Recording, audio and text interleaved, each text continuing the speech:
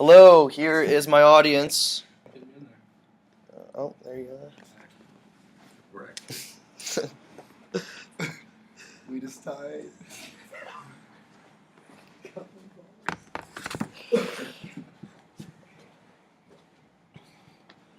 We all have those friends in the past that smoked marijuana.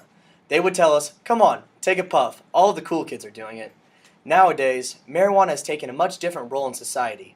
Many people, even celebrities and successful citizens, have become adamant of their weed smoking and call for its decriminalization. But why would we ever do this, and what would be the benefits, if any?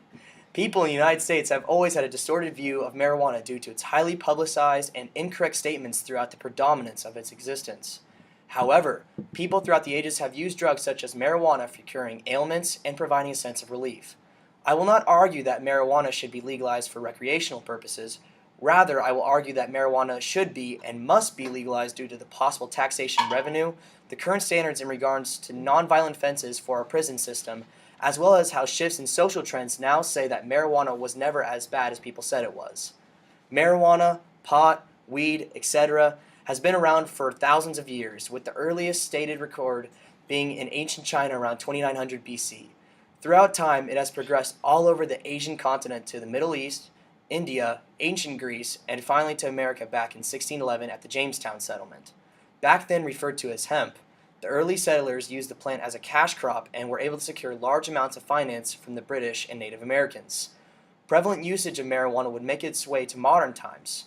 Soon, there was marijuana extracts that could be used for physical and mental ailments, although no evidence showed how it affected the body. It would not be until the 1930s that marijuana would be criminalized due to one man. William Randolph Hearst was a major player in the illegalization of marijuana because of his financial interests in the lumber and paper industries. He wanted to outlaw marijuana so the usage and production of hemp would cease to exist. He used yellow journalism to alter the public's perception of the drug, as well as publish distorted stories of how violent it made individuals. The history of marijuana showed people that before politics played a role, the drug was always used for either recreational or medicinal purposes. Although medicinally it did not cure any of the ailments it said to, it did relieve much stress from the person and help them straighten out their thoughts.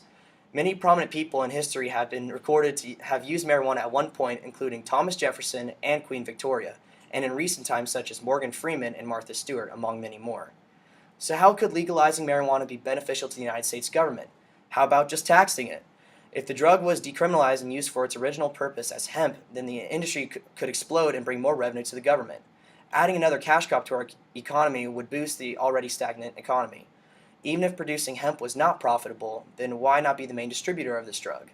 By doing this, we would eliminate many deaths associated with cartels and would altogether destroy the underground economy, which is marijuana distribution. The government would be able to sell more potent marijuana at a fraction of the price, thus getting rid of any outside presence, whether it is a cartel member or just citizens who are disobeying the law. The United States government would be able to make outrageous profits off this policy. A main antagonist of this plan might say that there is no way to regulate this policy and that the same problems that occur now will still happen even when the government is in charge. However, regulation could actually be a really easy thing. All we would have to do is set up a database at each recreational marijuana outlet that records how much each person is buying. Therefore, the government knows exactly how much each person has on them.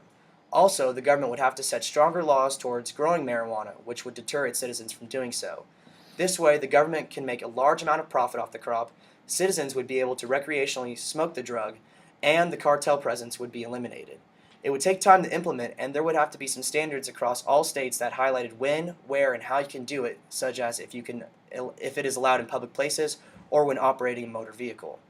Legalizing marijuana would be easier than what most people think, as well as add an impactful factor to the United States economy.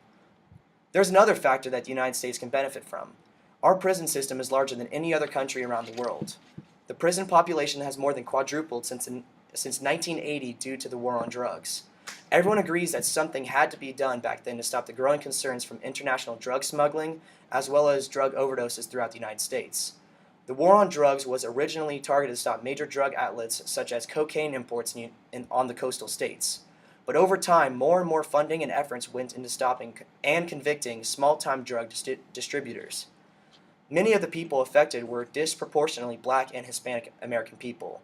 This policy undoubtedly reinforced certain negative perceptions towards minorities in the United States. Most of these offenses were nonviolent offenses that barely did any damage. Prison populations throughout the United States began to rise faster than ever before. The United States already had the most inmates in the world, but now these nonviolent offenders were taking the place of more dangerous individuals. This event caused more penitentiaries to be built, and therefore more tax dollars went towards the uptake and security of these establishments. Most of these offenses were nonviolent offenses that barely did any damage. Yes, it is illegal, but it is actually cheaper to the American citizens for that one person to stay on the streets than to incarcerate him or her. Each prisoner on average costs $167,731 to house, feed, and guard each year. The point behind these facts is that these nonviolent offenders are not worth our time and money. We could find more efficient uses of the money. If marijuana was legalized, then most of these nonviolent offenses would be gone overnight, thus lessening the financial hold on our wallets and on our government for these prisons. Wherever there is someone who wants to release people from prison, there will be proponents of a claim completely opposite of it. People would criticize that these people would be back on the streets, still doing sketchy things that got them convicted in the first place. There is no way to prove that all offenders will go back to their previous lifestyle, but what we could do is set up a better diversion program and rehabilitation centers to help with problems that may arise instead of incarcerating them. The point is that the legalization of marijuana could dramatically benefit not only these offenders, but also our wallets and the government's substantial debt. The last reason I believe marijuana should be legalized is that there has already been social shifts throughout history that have impacted how society as a whole feels about this drug. Back in the 1980s, there was a greater demand for federal intervention with illegal drugs. The death of athlete and celebrity Len Bias, as well as the publicized presence of Pablo Escobar, fueled the media and America as a whole to stop these harmful drugs. Marijuana was grouped into the drug war when most people wanted protection and intervention mainly in the cocaine realm. Everyone understood that there were still cartels and other illegal organizations funding marijuana transportation, but people wanted the protection from the main problem. Nowadays, marijuana is not labeled as dangerous as it once was back then. We get that we should treat the issue delicately, but there has come time for a change. There will still be 17 states that have legalized marijuana by October 2014. Adamant pot users have made claims that, and even bets for which year all states will have the plant legalized. Federal legislation is more likely to occur before all of the other states legalize it because it will be more of a national concern rather than a state-by-state concern by that time. Society's views just tend to change over the years, and we no longer find it as a major concern in domestic or foreign policies, especially if it was legalized. The legalization of marijuana is a very controversial issue, but has many benefits. If undertaken the right way, the legalization of marijuana throughout the United States will result in more tax revenue for the government, as well as less criminal actions domestically and with cartels. It would also limit the amount of convictions for our already overflowing prison system, thus giving more tax money back to every citizen.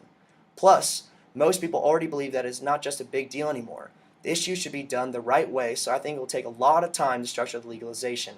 Marijuana has had a long and complex history, but soon legalization will not be that controversial of an issue due to the immense benefits and possible profitability. My three visual aids are a lighter, a dispensary card from Colorado, and what is prominently called rolling papers. Thank you very much. Trippy team. Tight.